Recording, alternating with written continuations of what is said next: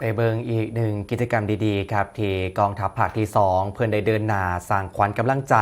และการเสริมสร้างความมั่นคงในพื้นที่ชายแดน จัดกิจกรรมแสดงดนตรีสมายอาร์มี่ที่จังหวัดบุรีรัมย์ครับ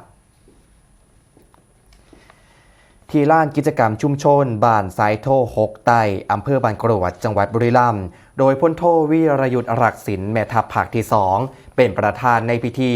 เปิดกิจกรรมแสดงดนตรีสมายอาร์มี่เพื่อตอบสนองต่อนโยบายของกองทัพบกที่ให้ความสำคัญกับการดูแลขวัญกำลังใจเจ้าหน้าที่และกับประชาชนในพื้นที่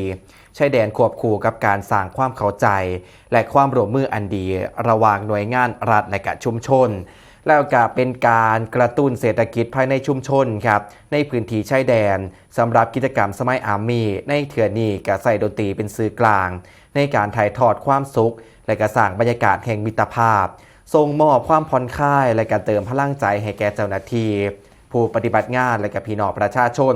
ทั่วทุกพื้นที่ที่รับผิดชอบของกองทัพภาคที่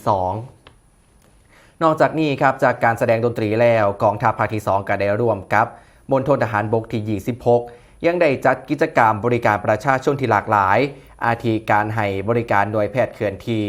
การสนับสนุนอุปกรณ์กีฬาเด็กและเยาวชนรวมถึงการจัดกิจกรรมโดยชุดขุนพักดีเพื่อปลูกฝังจิตสำนึกรักชาติและกับความภาคภูมิใจในแผ่นดินไทย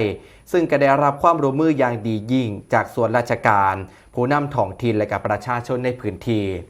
โดยกิจกรรมทางเบิร์ดครับมุ่งเน้นที่จะสร้างความเชื่อมั่นและกับความเข้าใจ